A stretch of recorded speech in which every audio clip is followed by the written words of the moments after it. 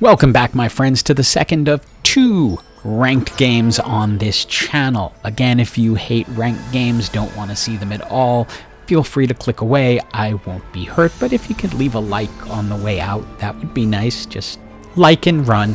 It's all good. But I wanted to do a couple of games like this because some people have asked me about whether hyper roll translates into ranked or how it's different because they only play one or the other. So I just wanted to do a couple of these while I got up to gold at the end of the season. Now, in general, the same rules apply. Follow the augments, what you've got. I C-press the attack, which would normally be really great, except I haven't picked up any cavaliers, and you don't want to try to roll down to grab them the way you would in hyper roll. So I'm going to re-roll these and see if something else jumps out. Some really interesting stuff here, but I ultimately decide I'm going to go with the random chance that is a Tome of Traits and see if that can give me a really solid direction.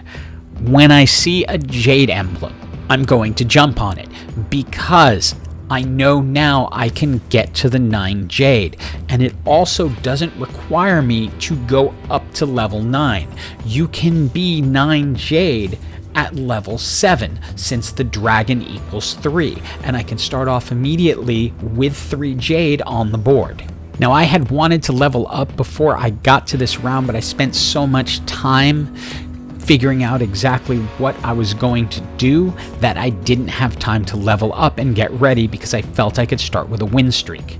And I could have let it go to a lose streak, but I saw a Yone and realized that I could level up, get the Yone out there, and I would have Jade, Dragonmancer, and Warrior all together, which would give me a good chance of coming back from that first loss and then continuing a win streak. My goal here is exactly the same as if it was hyper roll. I want to make the Shou items on Wukong, and that is Bloodthirster, Edge of Night, and Titan's Resolve. That will make Shou really strong, and so you just want to make sure that you have an extra Wukong so that you can trade him back in when the time comes. For the carousel, I'm left with a wide variety of items. I originally wanted to try to get the Negatron Cloak so I could complete the Bloodthirster, but I'll grab the Chain Vest so that I have part of either the Edge of Night or the Titan's Resolve. Once I get back, I take the bow, put it on the Chain Vest, make it into the Titan's Resolve, and use that. Then I have a choice to make. I picked up a Jax, and I could either keep these 4 as is and gain 1 interest, or level up and try to keep the win streak going. I opt, obviously, for the latter. Given the choice, I'd rather win streak than lose streak, even though you can gain gold from lose streaking. From win streaking, you gain a little bit more because you gain 1 extra gold alone for the victory, so I kind of like to use it when I can. Unfortunately, the risk when you try it is that you might run into someone who's stronger than you are at this point, and that's what happened here. Having the Guardians able to hold them up and Rakan just consistently taunting my champions away from staying on target made it impossible for me to win that next fight. During the NPC round, Gary gifted me with a 2-star Volibear, which is going to work really well into this build. Jade is going to fit perfectly with Volibear as the increased attack speed is going to help him power up faster and help us win. Our second augment set is interesting. Pandora's Bench could be good. I'm not going to go late game because I'm not necessarily planning on going to 9, but I think second wind will be the most effective here because Jade is going to be healing us along the way, so we should stay up long enough to get that extra bit of healing. At 3-2, it was time to go up to 6, and I had to roll all the way down to basically 0 in order to find another Jade. But with a 40% chance of rolling 2s, I didn't want to miss out on the opportunity of finally getting a Gnar. Our goal is very simple, just keep on chugging along. I wanted to bring in Gnar because that brings us up to 5, so now we get 2 statues. I haven't quite positioned them properly yet, but I will get there. For the carousel, I want either a Chain Vest or a Negatron Cloak, prefer a Negatron Cloak, and there are 2 left when I have a chance, so I just grab the closest one, but now I'll be able to make the Bloodthirster. And I'll tell you that Jade Volibear is much more of a monster than I even expected him to be. I knew that the increased health would help out, and the attack speed would, but he is just tearing teams apart, and you can see it from the damage charts. I feel like ever since they nerfed the Soyfen build, people tend to avoid Jade, and I think that's a mistake. It is a really powerful build, but it does depend on getting a Jade emblem. So if you get a chance to get one, you want to look for it, and that includes in Hyper Roll. And I actually wasn't sure if this would work. I put a Morellonomicon on Volibear because I was hoping his ult would set people on fire, and sure enough it did. And that really helped a ton to allow me to win this fight. The final augment here was a really tough decision because I could get the Jade Heart and guarantee myself 9 once I get Shi-OU. I don't have to wait for Soraka. But, Dragon Imperialist will allow Shi-OU to execute people who get low. I love that augment for single dragon builds like this, like Jade, like Whisper, like builds where you're going to only end up having one dragon. Right now, we went up to the next level, but I don't want to roll down too much. I want to keep it above 50, so I'm continuing to get interest. So we just need to put something out that does something. I picked up the Silas because it'll pair with Pantheon and create Whisper, so we're going to weaken the teams a little bit. Unfortunately, it's just not enough power. It's a 1-star Pantheon, a 1-star Silas. Silas isn't really that strong to begin with, so even though my team is pretty well stacked, it's not stacked enough to go up against a dragonmancer Kai'Sa with those items and that much power. Right now I am headed for the level up because I want to get to 8 as quick as possible so I have the best chance at a Shi-OU. So I am not rolling for champions, I'm just adding levels with whatever I have left after the round.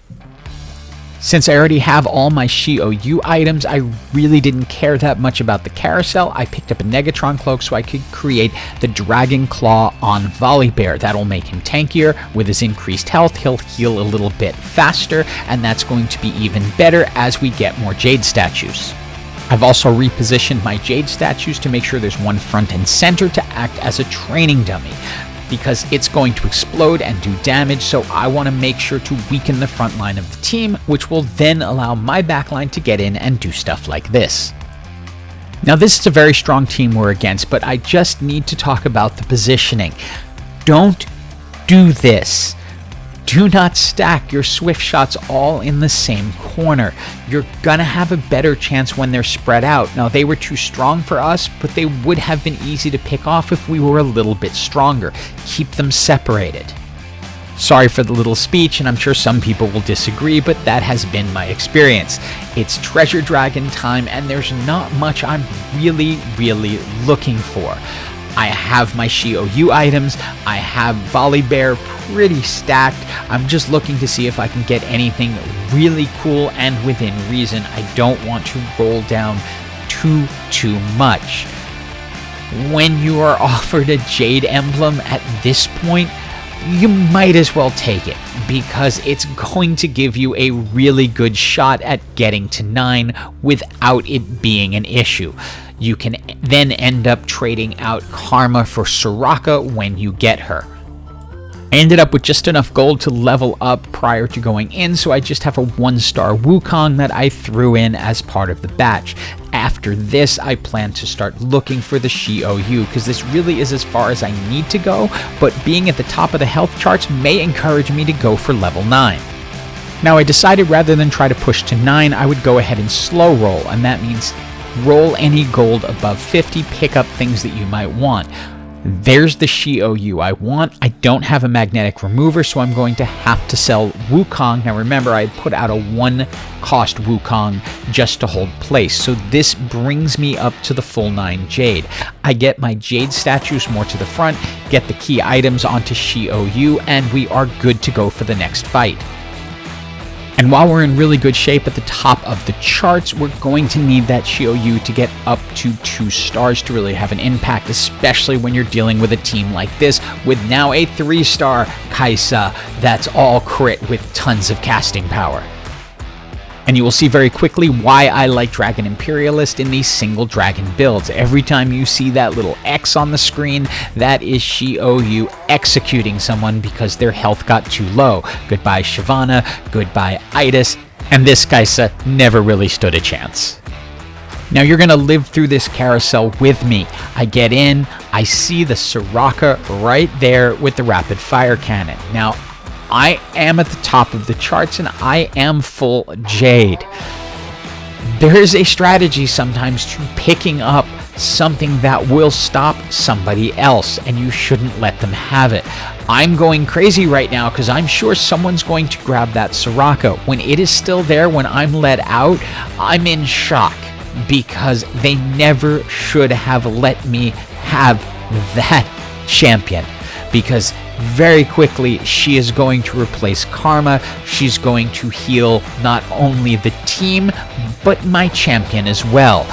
Is it a good item for her? No, but I can reforge it. I can pick up something that is a good tank item and put that on Pantheon, who's serving as our second Jade champion. And at this point, I'm actually being a little indecisive on which way I should go. Should I push up to 9 and try to get an additional player on the board, or just roll down now to try to get the 2-star Shou? I know if I can 2-star Shou and Soraka, it's going to work out well, but having an extra player would be really nice as well. So I decided to make a change because I want to maximize things on my team. This isn't working perfectly. I can get rid of Wukong and get rid of Pantheon. Then I can bring Karma back in, because that will give me Dragonmancer, so I can make Volibear into the Dragonmancer. I can turn Jace into the additional Jade champion, and that also gives Gnar Shapeshifter. I'm also kind of stuck a little bit between, do I roll down or do I try to get up to 9? It's a tough choice right now. I'm still riding towards the top of the health charts. Soraka's healing me a little bit and my team's really strong, but I'm going to need all those 2 stars to really have a shot of winning this outright. After that round, I decide, you know what, it's time to just roll down, keep the team at stage 8 and just see what I can get out of it. I want to get to 2 Sorakas. And the answer was gamble paid off. I managed to 2-star the Shou, 2-star the Soraka. I've got a couple of extra Shous on the bench just in case I'm able to get to 3 stars somehow. While I am at the top of the health charts, I took a little bit of a risk by going ahead and rolling down early. I've all but eliminated my chances of going up to level 9 and getting an extra player for the chance that I'm going to be able to walk through people, but in this case, Aoshin cast. But it was still enough to bring us into the top 4, and we're still at the top of the health chart, so we're in a pretty good position and we're getting close to a 3-star Shou. The one thing you will notice in ranked is that you are going to see a lot more of these types of teams with 3 or 4 dragons on them, and they can do a ton of damage to your team. That Aurelian Soul is just dropping bombs that takes my entire team out pretty much without me having a chance. And I know I've mentioned it before, but I love Dragon Imperialist on these single dragon builds. It's the one thing that will give you an advantage over a lot of the comps you tend to see towards the end of ranked matches. A lot of Dragonmancers and a lot of multi-dragon builds, but if they get low, they go down really quick. And just like that, it's down to me against a 4-dragon build. What was taking me out before was the fact that everyone was clumped together, and that's often what you do with Jade, but I decide, you know what, it's better to separate people out so that Shyvana can't come in, knock everyone up, and then breathe fire down everyone's throat at the exact same time. So I split my Jades up into 2 groups.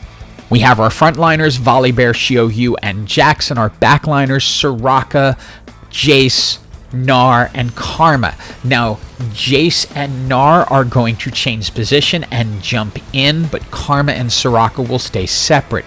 Their Bard ult does a lot of damage, but their Shyvana is not able to take a ton of people out, which allows Shou to start executing things, and that is the key. Even when their Aurelian Soul is able to cast at that level, at some point Shou says, nope, enough, execute, game, done, GG to everyone. And It didn't take long this season for me to make it into gold. I was actually surprised at how many points I was getting in these early matches, and my whole goal is just to get into gold for the reward. As I mentioned, you only get the reward if you get into gold every season and you get a victorious whatever it is they decide to give you.